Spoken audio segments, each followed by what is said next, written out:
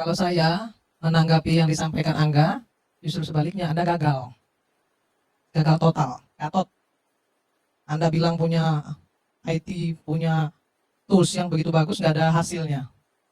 Ya kan? Nggak ada hasil. Saya jawab dulu nanti. Jangan kebiasaan ya. Jadi, nggak ada hasilnya kenapa? Nggak berubah kok. Banyak tuh kasusnya Wanda Hamidah aja nggak Anda selesaikan. Itu di depan mata sahabat saya tuh. Ngadu kok ke sana ke TGUP PP ya. Apa hasilnya? Gaji gede tapi nggak ada hasil.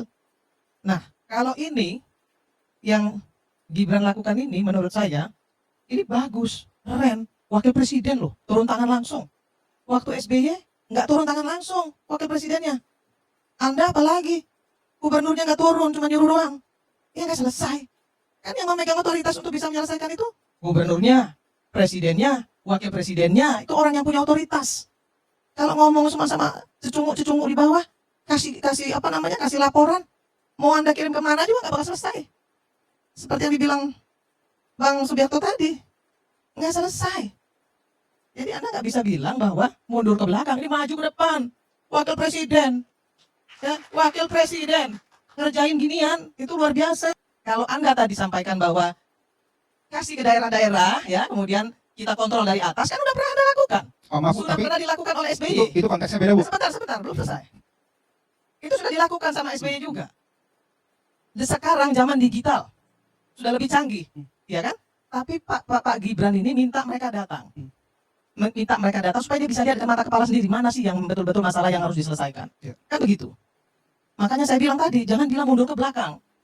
Ya. Ini langkah besar, karena kenapa saya bilang langkah besar? Wakil presiden yang melakukan. Kalau TGUPP yang melakukan, kalau di SBY itu memang ada helpdesk-nya yang melakukan, pasti beda. Karena mereka nggak punya otoritas. Nah, ini ada orang yang punya otoritas, itu loh maksud saya. Ya, tapi sedikit koreksi, Bu. Jadi dana transfer daerah itu ada dana alokasi umum, ada dana alokasi khusus, ada dana bagi hasil. Saya ini Betul. wakil Tapi anggota itu DPR. itu tidak ada hubungannya, tidak ada hubungannya sama penyelesaian laporan, Bu. Saya anggota DPR, saya yang memberikan dana Betul. itu ke daerah. Setuju. Di mana saya bisa menyetujui mana yang DAK, mana Betul. yang DAU, itu saya tahu Betul. persis. Tapi kan nggak ada hubungannya sama laporan, Bu. Bisa tanya, tahu nggak? Nggak ada ininya sih, nggak ada relasi. Anda nggak tahu. Anda nggak tahu, makanya jangan ngomong. Jadi berapa, Bu Irma? Kalau Yang misalnya gini ya, benar? saya kasih tahu. Jangan Berapa? cek-cek, nggak perlu cek-cek, Bapak. Bapak tenang aja, ada saatnya Bapak nanti bicara. Saya kasih tahu. Kalau ada yang berpendapat bahwa ini gimmick, itu normal saja. Ada yang berpendapat bahwa ini akan bagus, normal saja bagi saya. Jadi nggak usah juga membodoh-bodohin orang, Bu. Apalagi anak muda gitu loh, kasihan. Mohon maaf Pak, Ya, Bapak juga di setiap tempat, Bapak juga kadang-kadang juga bicara orang bodoh. Teman Bapak apalagi yang namanya Rocky Gerung itu sudah dulu, tolol, bangsat, goblok, itu semua Bapak omongin, mereka omongin. Kan itu teman Bapak juga. ya teman saya, jangan saya dong. Ya sama Ya, aja. apa Kalau hubungannya? saya bilang tadi, Anak Anda muda bodoh-bodoh, ya Lu nggak ada. Pingin nangis saya tadi melihat. kalau Bapak mau nangis silakan nangis. Apa urusannya Bapak mau nangis? Ibu lebih cinta dari dia. Nangis saja Bapak kalau mau nangis, nggak ada masalah. Lanjut. Kita jangan berdesak. Irma menampilkan keberanian dalam memberikan kritik konstruktif terhadap program pemerintah sambil menekankan pentingnya otoritas dan keterlibatan langsung pejabat tinggi dalam menyelesaikan masalah. Beberapa poin yang bisa diambil dari pernyataan Irma adalah: 1. Keberanian mengkritik program tanpa hasil nyata. Irma menyampaikan kekecewaannya terhadap program yang sudah ada yang menurutnya tidak memberikan hasil yang nyata, seperti yang ia sebutkan tentang Wanda Hamidah dan pengaduan yang tidak terselesaikan. Kritik ini mengindikasikan bahwa ia menilai efektivitas sebuah kebijakan atau program harus dilihat dari dampak nyata yang dirasakan oleh masyarakat, bukan hanya dari pencitraan atau laporan yang disampaikan. Pentingnya keterlibatan langsung Wakil Presiden. Irma memberikan apresiasi terhadap langkah Gibran Rakabuming sebagai Wakil Presiden yang terlibat langsung dalam menangani masalah. Ia menunjukkan bahwa kehadiran langsung pejabat tinggi negara sangat penting untuk memastikan sebuah masalah bisa diselesaikan dengan cepat dan tepat. Menurut Irma, ini adalah langkah yang positif dan berbeda dari kebijakan sebelumnya, di mana hanya ada perintah tanpa keterlibatan langsung dari para pemimpin. Jika pentingnya otentisitas dan otoritas dalam kepemimpinan. Irma menekankan bahwa program pemerintah hanya akan berhasil jika didukung oleh otoritas yang kuat dari pemimpin negara, baik itu presiden atau wakil presiden, dan bukan hanya sekadar dioperasionalkan di tingkat bawah tanpa adanya perubahan signifikan. Secara keseluruhan, pernyataan Irma menunjukkan bahwa ia sangat mendukung pendekatan yang lebih aktif, transparan, dan langsung dalam menangani masalah sosial dan pemerintahan. Ia juga mengajak untuk fokus pada hasil nyata dan bukan hanya pada kebijakan atau program yang tampak bagus di atas kertas. Dan berikut, pengamat Adi Praitno menyampaikan komentarnya terkait isu yang sedang dibahas, memberikan analisis mendalam tentang situasi terkini dan dampaknya. Langsung ke masalah spread yang saya kira ini menjadi diskursus. Kalau kita membaca literatur demokrasi, dulu kan ada satu istilah yang sering dipakai, yaitu daerah demokrasi. Ketika pertama kali demokrasi itu diperkenalkan di Yunani kuno, orang berkumpul dalam satu tempat dan kemudian menyampaikan persoalan-persoalannya secara langsung kepada pemimpinnya. Mungkin karena penduduknya masih terbatas, 100.000, 200.000, sehingga persoalan-persoalan apapun itu bukan hanya didengar, tapi mampu dieksekusi dengan nyata. Nah, di demokrasi modern memang dengan luas Indonesia yang saya kira luar biasa, 270 juta penduduk, tentu seorang pemimpin punya keterbatasan, entah itu waktu, entah itu tenaga dan resource tentu saja, untuk mengakses bagaimana mampu mendeteksi seluruh denyut nadi dan keinginan bagaimana bisa menunjukkan kepeduliannya terhadap rakyat. Oleh karena itu, sejak kita mengenal pemilihan presiden secara langsung, SBY, Jokowi, dan Prabowo Subianto, sepertinya ekspresi politiknya sama. SBY itu kan bisa, kita cek misalnya sejak 2005 khususnya, itu sudah melaunching satu aduan yang bisa mengakses SBY secara langsung, SMS dan kemudian PO Box berupa kotak surat. Dan bahkan nomor yang dipakai oleh SBY saat itu adalah nomor cantik 9949, adalah gabungan dari kelahiran dari SBY. Sepanjang 2005 sampai 2018, setahun sebelum SBY berakhir, kurang lebih ada sekitar 3,5 juta SMS yang masuk.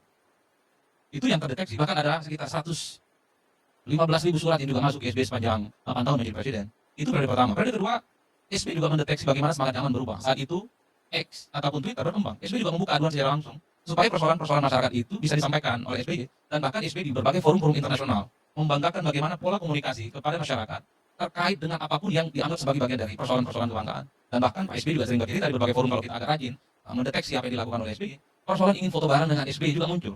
Persoalan kehamilan seorang ibu juga muncul dalam curhat-curhat yang dilakukan oleh SBY sebagai presiden saat itu. Tidak hanya SBY ternyata, Jokowi juga melakukan hal yang serupa 2015. Jokowi bahkan bikin kanal khusus lapor presiden. Itu yang kita bisa tangkap. Nah, per hari ini sebenarnya apa yang dilakukan oleh Gibran Raka Buming Raka ini kan sebenarnya mempertebal bagaimana replika seorang pemimpin di negara ini dia mampu berinteraksi secara langsung. Dan bahkan pada level kabupaten, provinsi, dan kota kita juga sering. Dulu di zaman Ahok itu kalau tidak salah muncul namanya clue, Anies itu Jaki, kemudian Ganjar Pranowo itu muncul istilah yang disebut dengan lapor gub, dan seterusnya dan seterusnya. Ini kalau mau jujur secara politik, ini soal bagaimana membangun satu komunikasi yang simultan, direct, dan berkomunikasi. Dalam konteks itu saya kira tidak ada perdebatan apapun. Karena ini kan menyangkut soal bagaimana selera politik seorang pemimpin, dia memanfaatkan kecanggihan, dia memanfaatkan momentum, dia memanfaatkan bagaimana situasi politik yang berkembang, di mana medsos itu tidak bisa dianggap remeh, karena sudah menjadi variabel penting. Problemnya adalah, kenapa diskusi soal lapor Mas Wapres ini ramai? Satu, problemnya itu adalah bahwa pengaduan-pengaduan langsung yang selama ini diberikan oleh masyarakat, kita itu tidak pernah mendengar secara nyata, secara detail bagaimana progress reportnya. Sejak zaman SBY orang sudah melapor soal illegal logging. Sejak SBY misalnya, orang juga melapor bagaimana terkait dengan mafia tanah, terkait dengan korupsi. Hal yang sama juga dilaporkan kepada Presiden Jokowi. Hal yang sama juga dilaporkan kepada Ahok waktu gubernur, kepada Anies Baswedan, dan Ganjar Pranowo, dan di tempat-tempat yang lain, persoalan-persoalan penting di daerahan yang sangat sayang sekali kita, masyarakat secara umum, tidak mampu mendeteksi. Dari laporan itu, bagaimana progress reportnya? Wajar kalau kemudian ketika ada kanal langsung yang bisa mengakses Presiden, orang bertanya, ini kan seperti yang sebelum-sebelumnya, lahya mutu, lahya ya, gitu ya. Yang nggak hidup dan nggak mati, tampilannya ada, soal komunikasi langsung dengan Presiden, Wakil Presiden, para menteri dan pejabat, tapi pada level eksekusi sama saja dengan yang sebelumnya. Inilah yang kemudian membuat kenapa pertanyaan-pertanyaan soal apakah lapor langsung ini bisa menyelesaikan persoalan ataupun tidak. Kan itu perdebatannya. Nah, yang kedua, ini harus kita cek ya. Saya 2-3 hari ini agak sedikit main tuh di X dan IG, respon dan pertanyaan secara umum terkait dengan apakah lapor khusus kepada Wakil Presiden ini efektif atau tidak dan akan mampu menyelesaikan persoalan. Termasuk misalnya bagaimana engagement masyarakat untuk melaporkan persoalan-persoalan yang ada di sekitar. Kalau di X itu memang kesannya negatif, Bang. Sangat negatif. Di IG agak sedikit mulai muncul harapan-harapan. Jangan suudzon, jangan buru-buru menghakimi. Meski harus dikatakan 80%, mostly mereka mengatakan sama layak dengan yang sebelumnya, nggak ada respon. Rata-rata laporan misalnya kalau ada WhatsApp, ini sudah 2 hari tentang satu tuh nggak ada respon. Ada yang 3 hari misalnya nggak ada respon dan seterusnya dan seterusnya. Jadi sikap apatisme ini sebenarnya didasarkan pada satu realitas politik yang memang tidak bisa dibantah, bahwa berkomunikasi langsung dengan Wakil Presiden, orang penting di negara ini nggak gampang, tidak bisa bim salah bim. Apa yang disampaikan oleh abang kita dari Sidoarjo juga melapor soal mafia tanah, ini nunggu 14 hari. Nanti akan diteruskan ke kementerian terkait, nunggu lagi berapa hari. Nanti diteruskan ke bupati, gubernur, dan seterusnya, agak panjang. Nah, karena ekspektasi masyarakat itu begitu besar dengan aduan ini, bukan kesan positif yang justru timbul.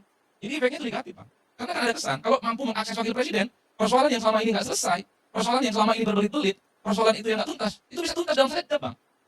Kan begitu jalan ceritanya. Ya untuk apa juga kita ngadu ke Presiden dan Wakil Presiden, kalau persoalannya juga menunggu waktu yang lama. Kan itu yang terjadi. Untuk apa juga, misalnya berkomunikasi dengan Presiden secara langsung, kalau responnya berbelit-belit dan sangat birokratis. Ini yang saya kira, memang ke depan betul kata Kak Irma, tinggal diuji. Apakah pengaduan secara langsung yang dibuka oleh Wapres Gibran Raka Buming Raka ini akan memiliki portofolio yang berbeda dengan yang sebelum-sebelumnya. Itulah yang saya kira menjadi momen pembuktian bahwa apa yang dilakukan oleh Gibran itu bukan hanya sebatas gimmick, bukan hanya sebatas pencitraan, ataupun bukan hanya sebatas meniti jalan panjang menuju 2029. Kan itu yang kemudian disebutkan. Karena tentu saja bicara Indonesia itu bukan hanya Solo. Bicara tentang Indonesia bukan hanya Jakarta. Bicara Indonesia itu adalah bicara sesuatu yang selama ini tidak bisa diakses. Di Kampung Bayam misalnya, orang Banten sana, kalau mau berobat, dia butuh waktu sekitar 4-6 jam untuk nemu rumah sakit yang dinilai layak.